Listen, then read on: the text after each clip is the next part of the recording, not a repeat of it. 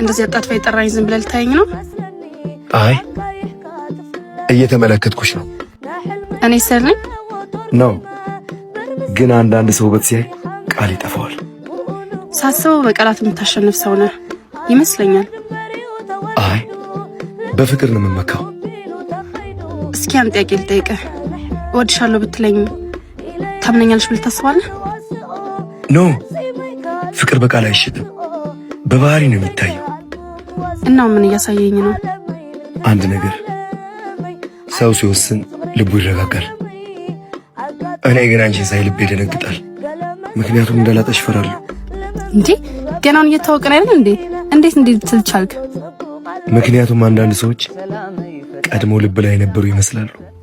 እንደዚህ ደስ በሚል ቃላቶች ሴቶችን ታስደስታለህ። ኧረ አይደለም፣ እንደዛ የምታስተምረኝ አንድ ሴት ብቻ ናት። ማናት? አንቺ። እንግዲህ አንድ ምክር ልስጥህ። ምን? ልብ እንደ ብርጭቆ ነው፣ ሲሰበር መጠገኑ ይከብዳል። እኔ ግን እሱን እቃወማለሁ። ለምን? ትክክለኛ ሰው ሲገኝ መጠገን አያስፈልገውም፣ ምክንያቱም አይሰበርም። አንተ አደገኛ ሰው ነህ። ለምን እንደዛ አልሽ? ሰዎችን በቃል ሳይሆን በልብ ታስታውቃለህ። እንዴ ታዲያ ወዴት ነው?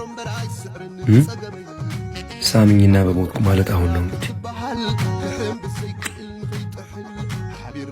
እዚህ ጋር ለመሳምሽ ስናፍቅ ማስታወሻ ይሆናል።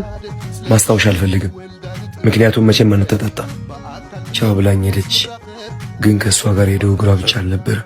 እኔ የምጠራበት ሰላሜን ነው ይዛ ሄደችው። ጀርባዋን እያየው ልቤ በዝምታ ፈጣሪ ሆይ እች ልጅ ከህይወቴ አታርቅብኝ እያለ ነበር።